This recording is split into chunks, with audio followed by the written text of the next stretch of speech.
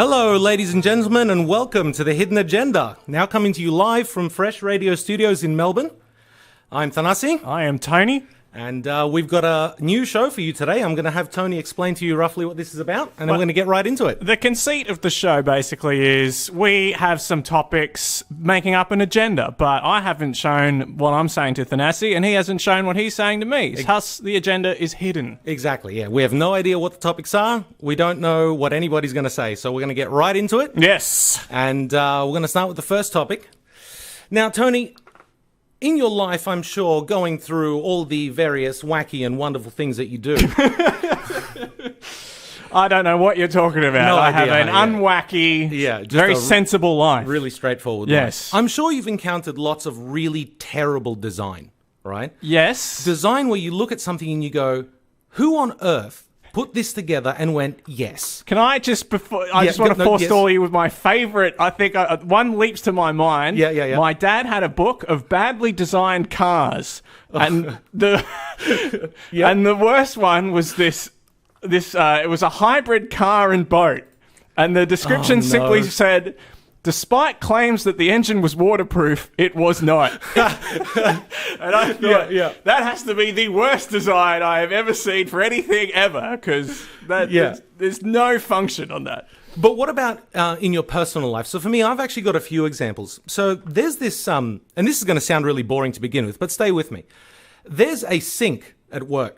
I'm off. Okay, you're off? Yeah. All right, see you later, mate. I'm going to go too, actually, if you don't mind. There's a sink at work. There's a sink at work, and I swear to you, the tap actually extends out to within about, I want to say, half an inch of the front lip of the sink. Right. So if you turn the tap on more than 20% flow, it just flies over the edge of the sink, or lands on the bench, and just water goes everywhere. Right. Even worse than that, this particular sink is in a bathroom. So that water ends up. That's a sadistic bathroom design. That water ends up on the crotchal region. The crotchal region, unless you want a steady, tiny trickle. Yeah, exactly. And so this had two interesting effects for me. You know, for example, that I'm very much against bathroom conversation.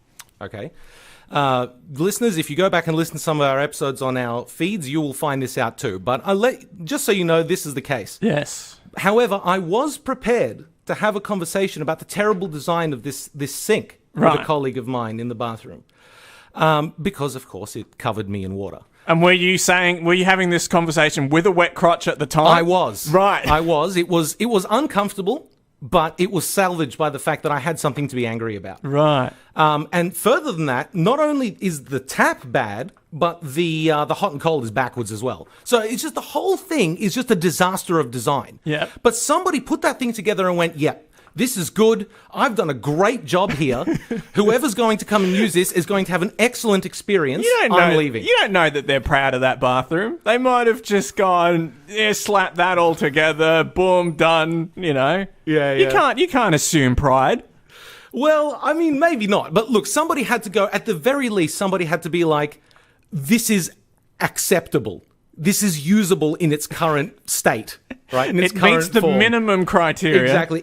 Water will come out if you fiddle with the knobs. I mean, who can honestly say of any bathroom that if you don't turn the tap on too hard, water doesn't go everywhere? That's true. It's just now his definition, the designer's definition of too hard is just slightly lower. Well, he shifted the threshold from 80% to 20%. Yeah. But that's not. I can't. That's just semantics. You can't eyeball 20%. If you just kind of go, whatever, you'll get 50, 60%. You're not getting 10 or 20 though. You have to be real delicate. Right. You're not being delicate in the bathroom because you want to get out as quick as possible. Is this a problem? Is there someone in this office who wets themselves a lot and said, we need a bathroom that gives me plausible deniability? Yeah. So everybody's walking around with wet crotches? And he's got a real wet crotch and he's like, well, that's fine. Nobody knows the difference. I mean, maybe. Another good example is, you use those, and this is another bathroom bad design, the trough, right, for lack of a better word. Yes. But I saw it is a bad word. Trough is something that you eat out of. That's what is it? The large urinal. The guttering? What? You know, the thing that goes against the guttering? It's like a gutter. Water collects in it and gets drained out. I guess so. Anyway, that thing. Yeah. I encountered one. So normally normally they're all the way to the ground. This particular one had about a 3-foot ledge coming up from the ground.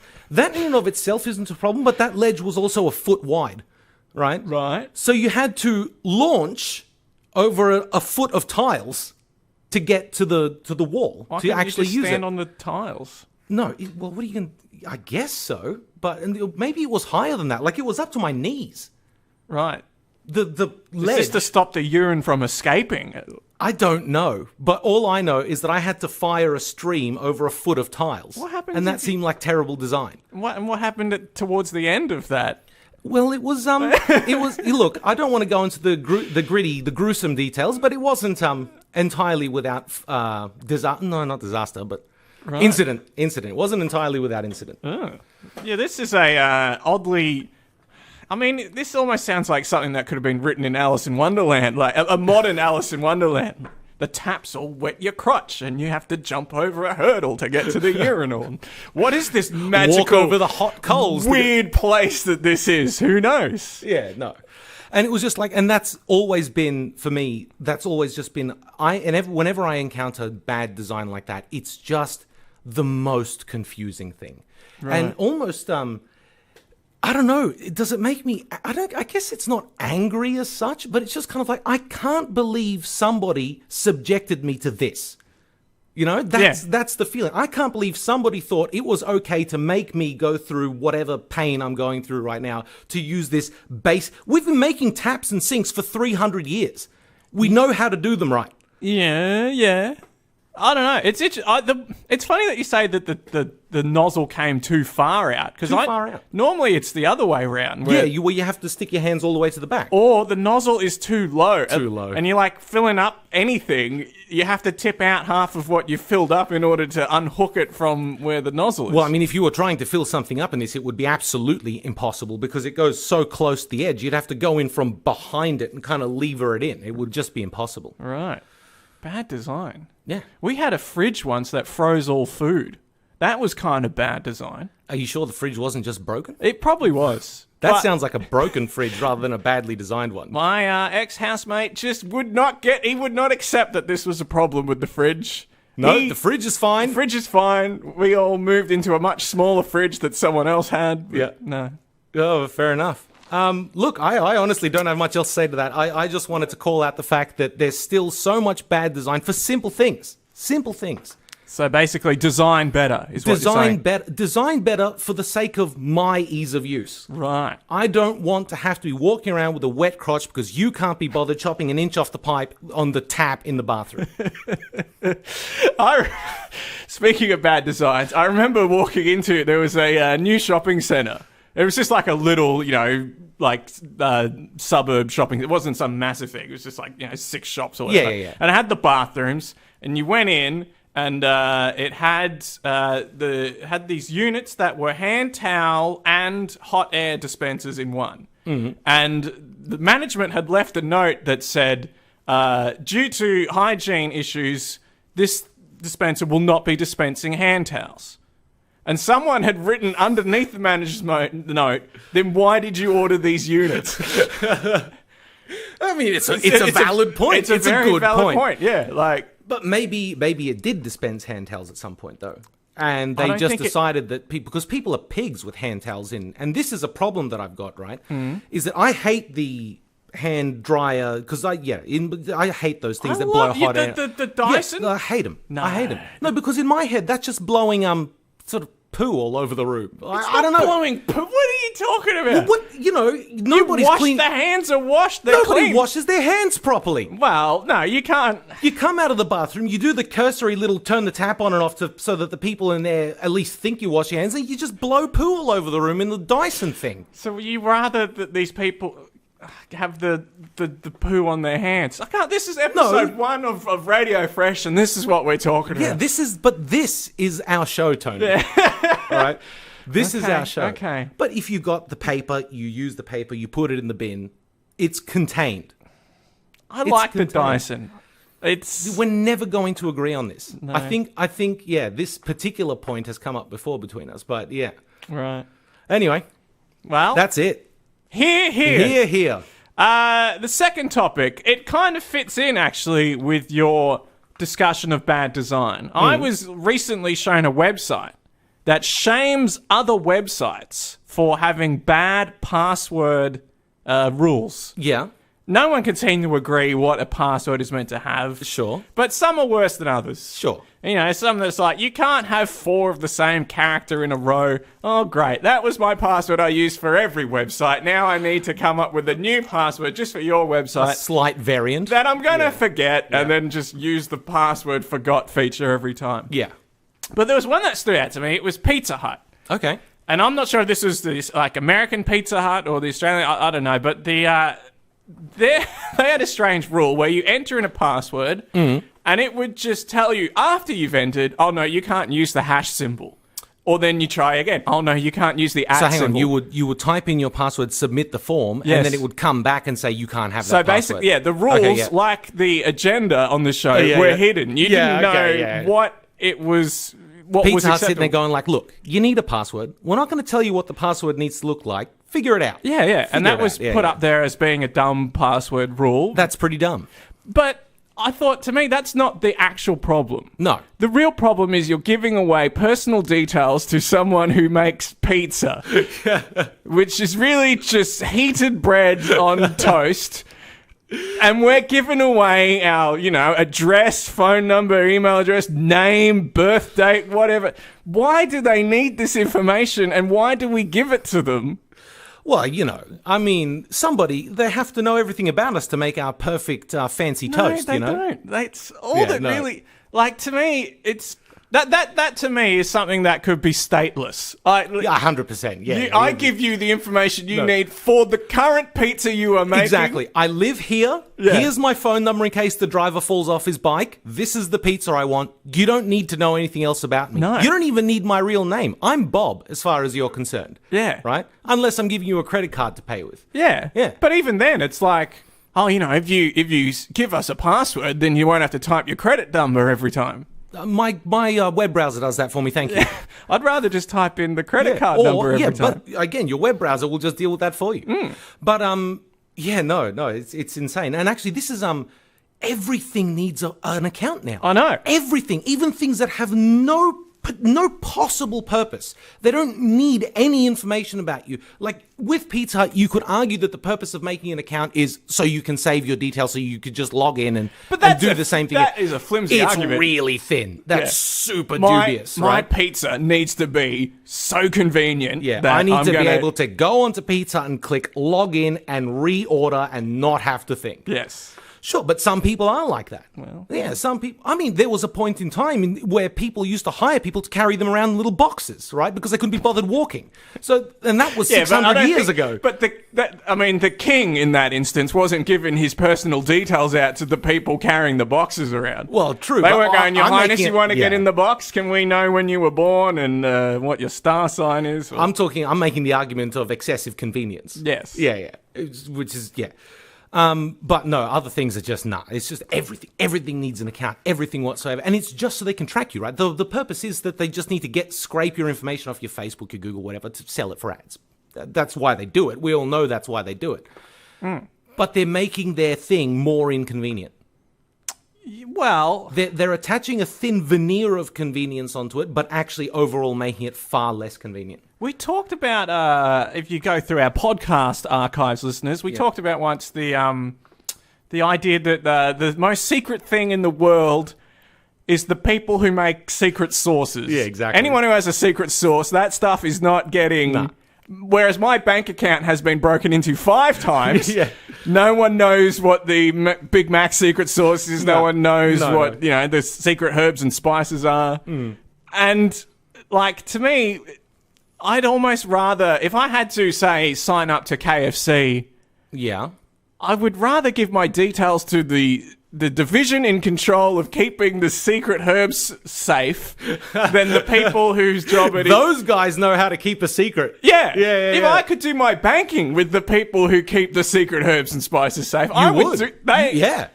they haven't had 5 breaches of an account with no money in it. Banks can't hold a secret worth anything. No. Yeah. If Westpac had a secret source, that would be exposed within minutes. Well, why don't we do that? We'll start a bank. But just before we open up the facility for people to make accounts with us and save their money, we're just going to hang on. We're just going to market a secret source so you guys know you can trust us. Or maybe is there people are using blockchain and cryptocurrencies what if we could sort of do that but sort of funnel the money into Source somehow? So you give me $100, I go and buy some Big Mac sauce, and then no one knows what that is, and I don't know, I haven't thought this through. But, I was going to say, you started somewhere, but I knew from probably the third or fourth word that came out of your mouth that was going nowhere. I'm just saying, maybe, or maybe, all right, we take...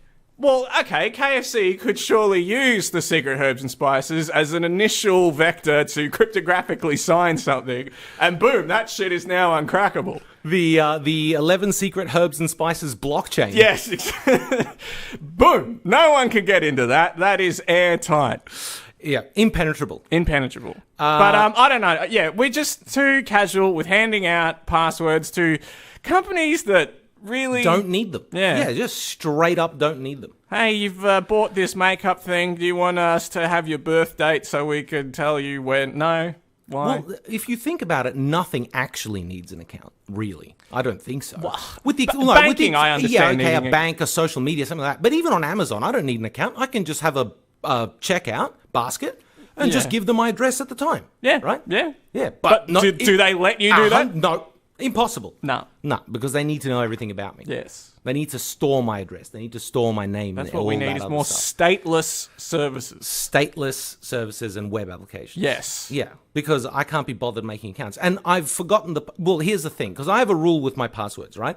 Anything that's important gets a unique password. And because there's only 5 or 6 of them, I remember them. Everything else has all the exact same password. And people will tell you, particularly security people will tell you, oh, no, what are you doing? People are going to break into your accounts. Yeah, go ahead. Break into my account on the Mercedes-Benz forum that I last logged into in 2010. Go nuts. Don't need that account. Log into my account on... some other stuff. It's just, I don't care about that. But the point is that it's always just like the worst one is when you're looking for a fix to a software problem generally, and you'll find a forum post made 10 years ago on some forum that has the entire description of the problem and the solution, and you can see the thing, and there's an attachment that contains a script to fix it. You click the attachment, you need an account to download the attachment. Yes. You can see all the rest of it without one, but you need an account to download the attachment. That always just like, I'd rather not fix the problem than create an account. You've talked yourself out of solving a problem. I came to you to help me fix my problem. You couldn't even do that for me. Yes. Well, that's all I have to say. Probably about it. Yep. No worries. Here. Here. How are we going for time? No, we're doing all right. Rather alarmingly, this monitor in front of me has gone dead. But anyway. We're still on the air. Yeah, right? no, we're still on. Yeah. It's back. No, it's all right. They can hear us struggling and crying and wondering what's going on around here. My watch party is stopped. It's all right. Okay. We'll figure it out. The next topic. Item number 3. I was talking to a friend of mine the other day, and we were talking about the weather, which is generally the kind of conversation you have with people that specifically aren't your friends, right? That's true. But it occurred to us, that there's often a percentage of probability of rain, right? If there's a possibility it'll rain that day, they'll generally attach there's a 50% chance of rain, there's a 70% or 5% chance of rain, something like that. Right. And we were sort of talking, and then it occurred to us that, well, you could just say there's a 50% chance of rain every day forever, and you'd never be wrong. No, no. No? Oh, well, I'm interested to hear why you don't think so. That's kind of like saying there's a 50% chance that every person you meet will be either taller than 6'5" or shorter. That's not correct. Well, no, but the thing is when someone says to you, okay, you told me that half the people I'm going to meet are more than 6'5", right? Yeah. And I met someone yesterday who was 5'7". When you're going to say, well, I didn't say it was 100%. right? No, but you're not going to meet. Not half of the people you meet are not going to be over 6'5". That's very tall. You don't know that. Also, height's a bad one because, a lot of people aren't going to be over 6'5". But rain is a crapshoot, right? You don't know whether it's going to rain or not. It's measurable, just like come height. on. Meteorologists don't know what they're doing. You don't know how tall that baby's going to be, but you have ideas. You have measurements. You telling me you honestly believe that meteorologists know what they're doing? I believe they have more than just rolling the dice and going... Not much. No? I don't think so. It doesn't feel like it sometimes. It seems that half the time they say 5% it rains and they say 90% and it doesn't. I don't know. I don't really pay attention to the weather app. I just walk outside and go, I've made a poor choice. That's an interesting thing for someone who walks to work. Well, literally, because I live near a tram stop, so I walk outside and I go, I am not dealing with this. And then I just hop on the tram. Yeah, true. But the other thought that occurred to me is imagine if they just said something like, they just put 5% chance of rain and just forever, right? Yeah, but that to me is like saying more than 6'5". Yeah. But think about how depressing that would be. See if you can get onto my thought process here. But my thinking for that was, so you've done a load of laundry, and it's ready to be hung out to dry just before you go to work, right? And it looks like a nice day outside. Yeah. And you check the weather app, 5% chance of rain. 5%. 5% chance of rain. Do you put the clothes out? Why do I check the app? Because I know that it's 5% because it's been that way forever. Okay. Fine. Yeah, look, I didn't come here for you to shoot me down with semantics here. The point is that, all right, let's say it varies. You check it today and it says 5%. Let's not even play with the scenario of it's 5% forever. Let's say on this particular day it's 5%. Right. And then we'll move on to that scenario. Yeah, right? Yeah. Do you put the clothes out? Yes. Okay, cool. You go to work, the clothes get rained on. Well, kind of thing. The other 19 times I did it, they weren't rained on. The thing is, though, nice, 1 in 20. The thing is, though, the whole time you're at work, until the point where it does rain, you're thinking, man, I hope it doesn't rain. It's not a huge amount of stress. It's not a huge amount of stress for 1 or 2 or 3 days. Imagine, though, if you've been doing this for 40 years. Every day you put your clothes out, or every other day you put your clothes out, you go to work, and you spend all day worrying about whether it's going to rain. I think eventually that would get to you. Do you use a dryer? I do own one. But you don't use it very often? Well, look, I try not to. Do you ever put a laundry load on and then go, man, I hope this doesn't catch on fire, and just spend the next however long it takes worrying about the small statistical chance that it will catch on fire? I mean, look, yeah, sure. I suppose it's about as no, there's not a 5% chance my dryer's going to catch. It's probably 1 in a million. Possibly. Yeah. Yeah, but still. Should I? Probably not. To answer your question, I have a big problem where very often when I leave the front, when I leave my apartment, I walk out and I go, oh, did I close the back door? And I'm already 20 minutes down the road and I'm like, I'm just going to have to... Oh, you don't go back? I don't go... Oh, if I sometimes go back. Okay, I suppose it depends on how far you've gone. If I'm 5 minutes, I might go back. But often, no. Once I've just go, well, if I get robbed, I get robbed. And then I'll spend the morning sort of going, oh, crap. But by the time I get home, I've forgotten that I was worried that the door was open. I wouldn't have. You wouldn't do... No, I would be obsessing all day. I've actually missed trains because of this several times because I used to have to park about a 10-minute walk from the train station. Yeah. And I was always lazy. I'd always get there with 9 minutes before my train showed up. So I'd have to kind of power walk, right? And then I'd lock my car. And this is the thing. I would see it and even hear it lock. I'd get 8 minutes down the road and I'd go, did I lock my car? And then I'd stop. I'd watch the train pull into the station. And then I'd turn around and go back to check. And that probably happened to me 3 times a month. Right. Yeah. So yes, I would go back. Wow. I've turned around and driven 45 minutes back home to check. No, I wouldn't, and I would put the washing out with pride. I don't know why, with pride. With pride? Yeah. But I would put it out. I wouldn't worry. Yeah. Life's too short. I think it would get to me. I think if I lived in a world where every day somebody said to me, it might rain today. Mm-hmm. It might rain today. I think eventually that would drive me insane. Right. I think so. Well, I'm just wondering, is there any parallel that exists now? You might die today. But I Sure. guess people aren't telling you that every day. The problem with that is I don't care so much. Ooh. Is that depressing? Yes, it is a little. yes, Okay, yes. we'll move on from We'll that. move on. I haven't got anything else on that I've one, got do you? nothing. No, I've got nothing. No worries. Here. Here. And we've actually got a break right now, so we will be back with you in just a moment. Sorry about that. That break was actually a lot shorter than we thought it would be. So you caught a few seconds of music there. We're very efficient at breaks. Look, Zoom in yeah, our breaks are so good, they're over in 30 seconds. The last one was like 3 minutes. I only saw one thing come up. What was it for? I wasn't. Oh, well, I had my headphones off. Oh, okay. Anyway, that was good. We hope you enjoyed whatever that break was. Whatever for. those 10 seconds of music were, I hope those were good. Man, if that's our only snafu, we're doing all right. But it isn't our only snafu. What's the next topic, man? Topic number 4 on the hidden agenda. Yep. There are, I feel, things that there are things that I assume all adults know, Yep. and that I'm kind of ashamed that there are some that I don't know. Okay. And I don't know if I should know them or not. I already kind of agree with the point you've made, but go on. Because there's a live feed I've been watching of these falcons, and they're got some eggs at the moment. Oh, yep. And they're raising. Well, eventually the eggs will hatch. They're and nursing them. Yeah. They're just eggs at the moment. The Sure. birds come, they sit on the eggs, and I got to thinking, I don't know how eggs work.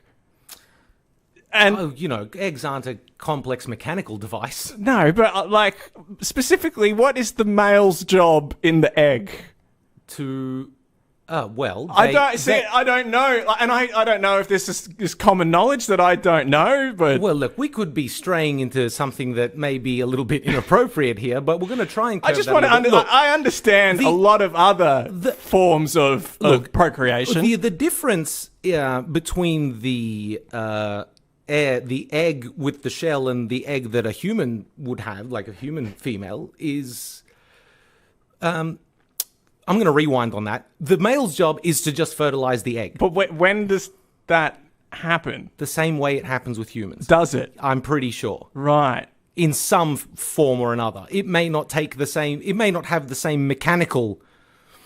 See, I don't know. You're making this very hard for me to stay appropriate, Tony. I don't know whether it happens before or after. And What do you mean before or after?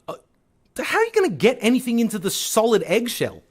I don't know. I can tell you with 95% certainty that it happens before the egg comes out of the hen or the See, falcon. but what'd you say? 95%. 95%. It's not even you are certain. Look, I'm pretty sure we covered this in school at some point, but I can't remember exactly. So, and the egg needs to be fertilized in order to Be an egg. turn into. The egg is the output of the fertilization. No. Well, hang on, but what are all these now chickens I, doing? Now I don't even know what I'm Exactly, talking about. exactly. Yeah, okay. But the I see your chickens point are now. laying eggs every day without there being any males around. So what's Do going they? on with? I'm pretty sure. There's always. Wait, what? Isn't there usually a rooster in a chicken coop? Is there? I'm Pretty sure. I don't know. I know my grand bloody.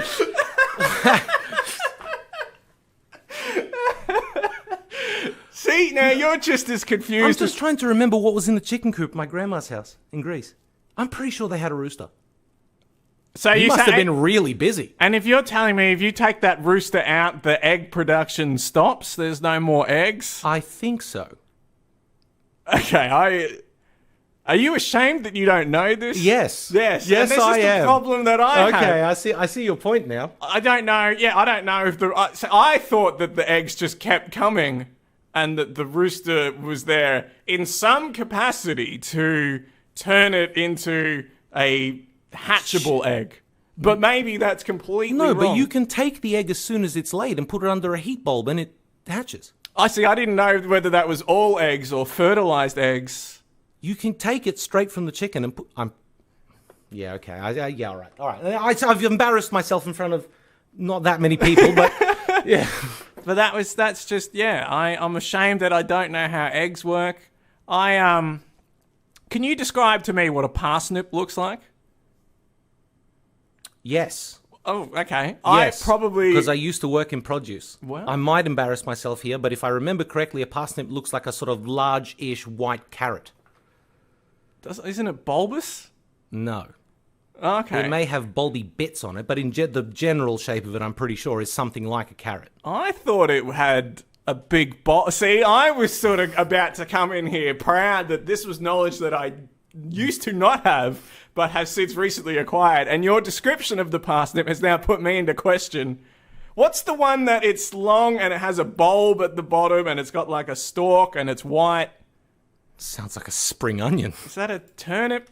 See, I don't know. And I'm ashamed, listeners. I'm ashamed that I don't know. Yeah, no, I just looked it up here. A parsnip just looks like a white carrot. Right. Yeah. So if you can identify the vegetable I'm thinking of, message in and let me know.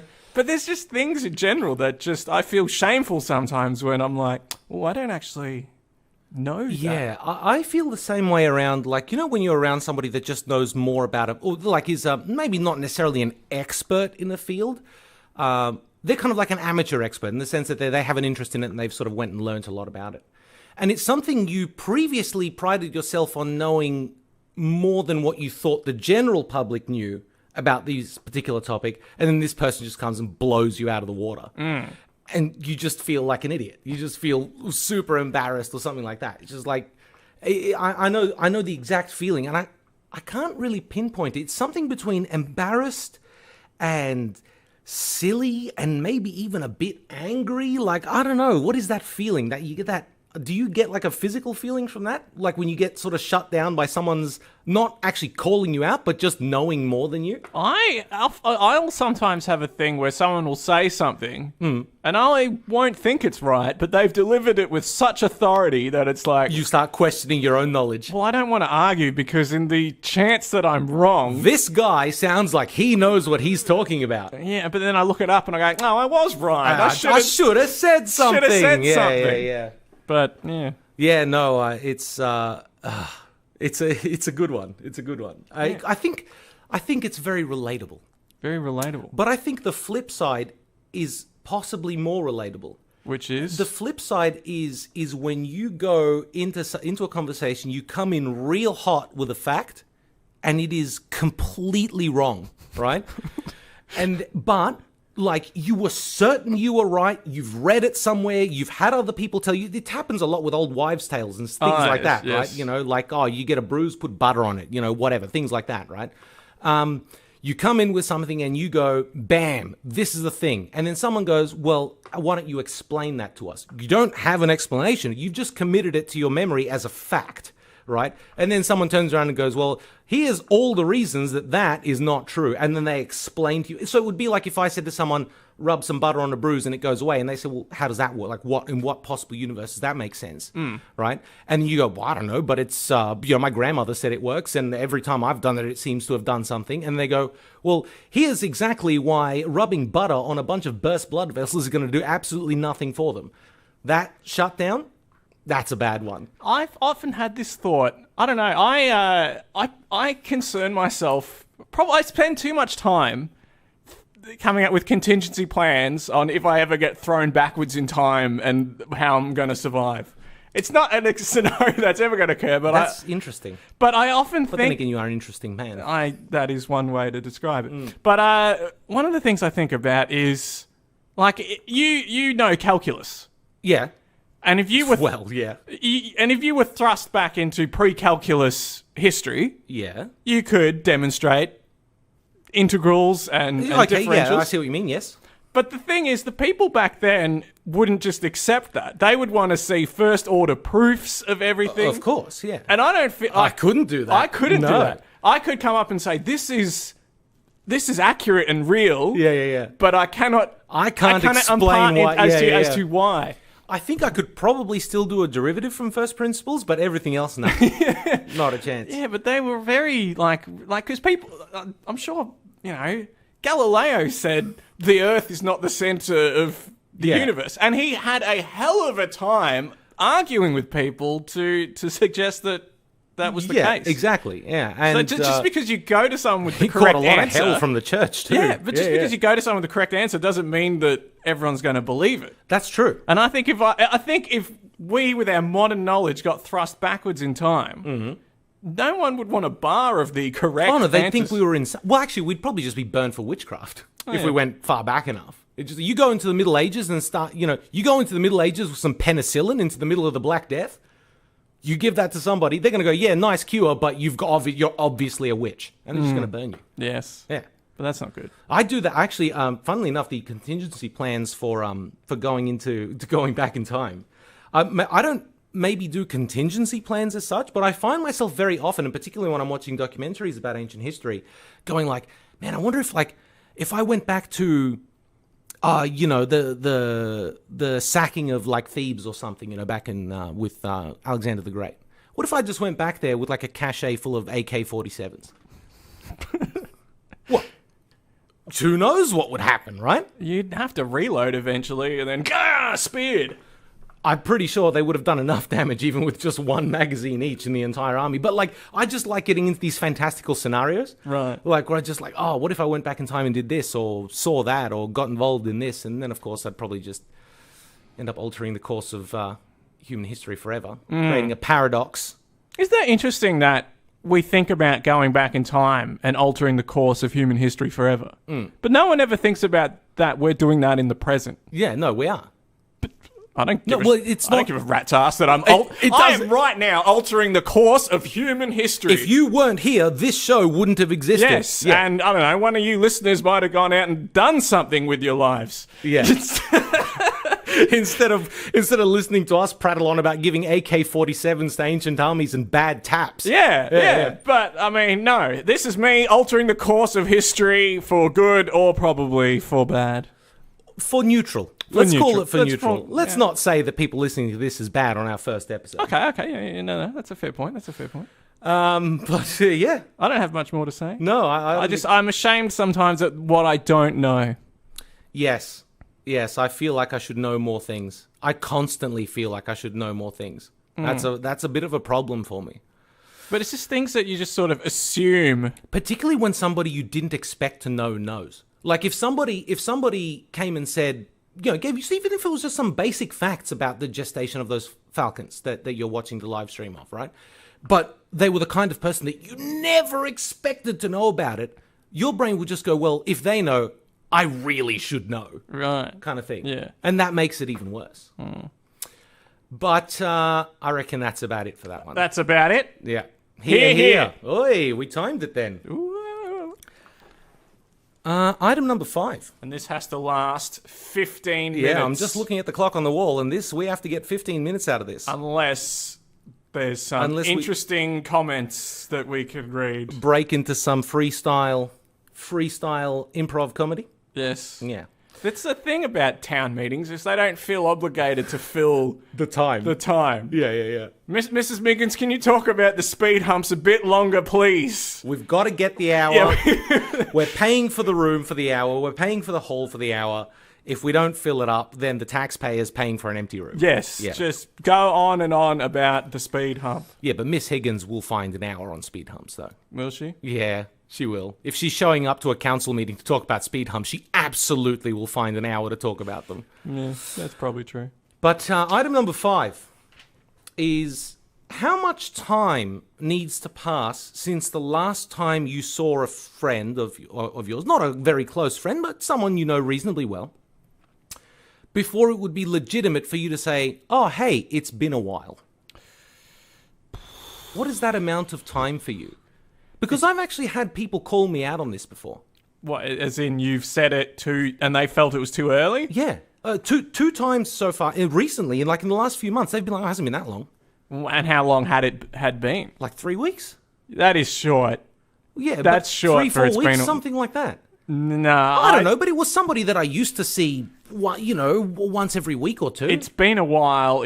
I'd say at least multiple months. Is it? 2 or more months is a while. But wouldn't it also depend on how frequently you generally see that person? No. Really? No. So you're telling me that if you had a friend that you would generally see every day or every other day, and then you didn't see him for a week, you wouldn't say it's been a while? I would not. I think you're wrong. I would wait. I think 2 months is the minimum for it's been a while. But if you haven't seen your friend in 2 months that you were previously seeing every day, he's going to think you're dead. Not necessarily. It depends on the circumstances. I'm off to England for 2 months. Oh, that's different. I'm not talking about you disappeared. We're talking about a situation where you basically didn't bother to make time for each other. Well, I still stand by 2 months. And How did you get to 2? You got to get another 13 minutes out of this. So how did you get... Let me tell you how I arrived at... No, I don't know. It begins 10 years ago, yeah. Once I hadn't seen someone for a while, and I don't know, just 2 months feels... See, for me, it's less about an actual time period and more about a feeling. Which is why it relates to how often I would generally see that person. Would you... Okay, but you must have had hell then coming back from, like, school holidays... Yeah. Bumping into everyone and just saying, it's been a while. Oh, Bob, it's been a while. Hey, Sally, it's been a while. Oh, come on. Oh, Yeah. Judy, I haven't seen you for a while. Hey, Oh, Fred, it's hey been a guys, while. this thing that happened that forced us apart for a few weeks, it's been a while. Look, I guess I just implied it when I came back from school holidays. So why can't you imply it after a 2-3 week... It's a polite thing to say. It's the kind of like, I wish I could have seen you more, like I'm glad to see you again. It's a pleasantry. It's a platitude. It's not anything real. It's 2 months. That's what it is. I still don't understand Or 2 longer. months. Well, because anything less... I don't know. We're all busy people now. 2 months is a weird interval. Why not 3? It's too long. No, well, three falls within 2 Okay. or 3. Is there an upper bound? Is there a point at where you go from a while to like ages? It's been ages. It's been ages. Is that more than 6 months? More than a year? As you can see, we discussed the hard topics here. I know. I don't know, but I know the next level up from that is Hello Stranger. Once you Nah, I disagree completely. You disagree? Nah, Hello Stranger is, I think, it could work in that situation, but actually the situation I said before, where someone you would regularly see all the time, if you don't see them for even just a few days, Hello Stranger is like a nice way to break the ice. I disagree, but I have nothing to back that up with. Hang on, is Hello Stranger really longer than It's Been Ages? I think so. Really? I don't know. I don't think so. I think Hello Stranger falls between It's Been a While and It's Been Ages. I guess I don't feel passionate enough to argue with you, so I'll let you have that. About Do you not care about correct greetings, Tony? no, I don't know. It's just looking at the clock. When you say I'm not passionate enough to argue with you and we still have 10 minutes to go, that's a problem for me, Tony. I actually have I have some more points here, don't worry. Well, okay, maybe we should... I don't know. I just feel that it's been a while is 2 months or more. We're busy people. Yeah, okay. I mean, at what point do you say... At what point does, like, let's hang out change to let's catch up? Because people will say... Yeah, true. Hey, That's a good point. Let's catch up. Oh, catch up is kind of like you've got things to catch up on, right? It's been a while. some significant amount of time, yeah. It's been a while, so let's catch up. Those must align then. Yes. I like that point. But I don't buy 2 months. At what point do you say to someone, we need to catch up? Oh, we should catch up.